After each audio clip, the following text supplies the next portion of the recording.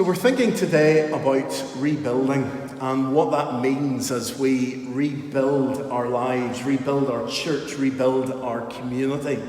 And we see very much as we're involved in this rebuilding process that Jesus Christ needs to be the cornerstone of all that we do.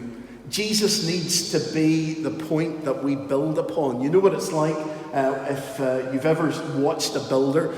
They always start at the corner of a particular building. And as long as you get the corner right, then the walls on either side go out in the right direction, at the right angle, they're straight. But if the corner is slightly off, then the walls are going in the wrong direction. So Jesus needs to be the cornerstone. And we come to Jesus Christ, the living stone, rejected by men but chosen by God and precious to Him. And then we also are the living stones that God is using to build us together as His church. And as Norman was reading for us there from 1 Peter, that we are a chosen people, a royal priesthood, a holy nation, a people belonging to God, that we might declare the praises of Him, that we might honor Him and glorify Him with our lives.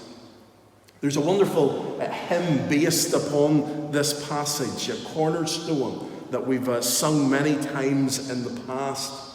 And in a moment or two, we're going to listen to that hymn together because it reminds us of this truth and helps us understand it a little bit. But just to highlight some of the words of that hymn before we hear it together.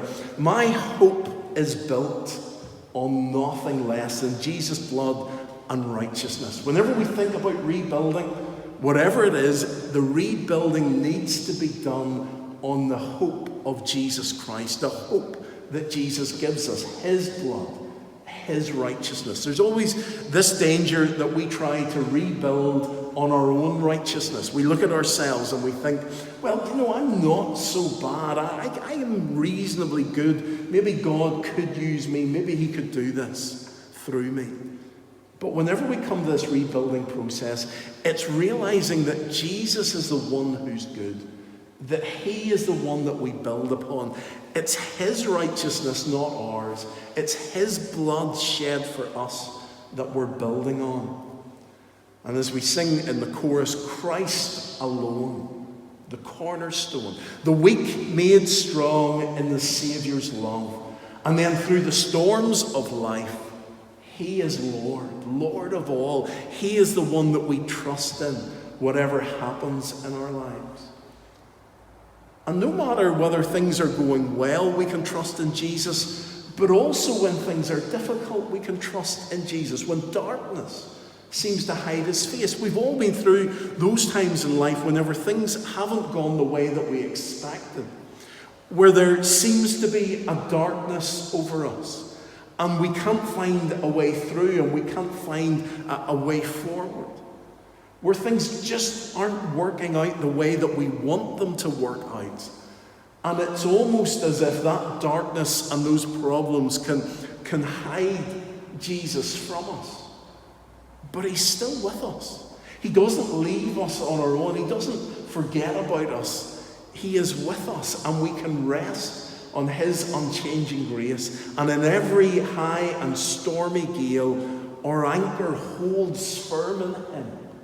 And we can trust in Him through all those difficult times. And then also, we've got to look forward to that day when Jesus is coming back again, when He shall come with trumpet sound.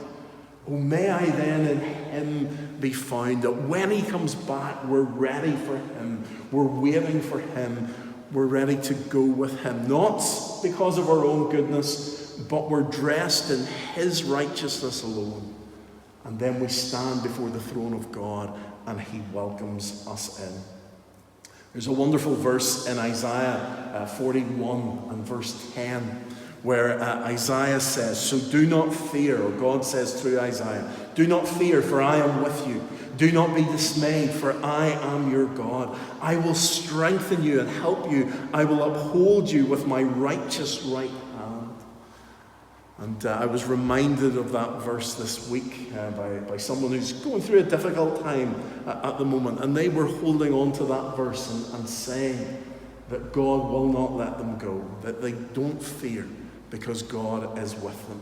And that's what happens whenever we build on the cornerstone of Jesus Christ and we have Jesus as the foundation stone of our lives. So we're going to listen to Cornerstone now, and those words hopefully will ring in your minds as we listen to them. And it's Louise Glenn singing it. You may remember Louise from many years ago in our church and leading us in our praise band. But this is Louise singing Cornerstone.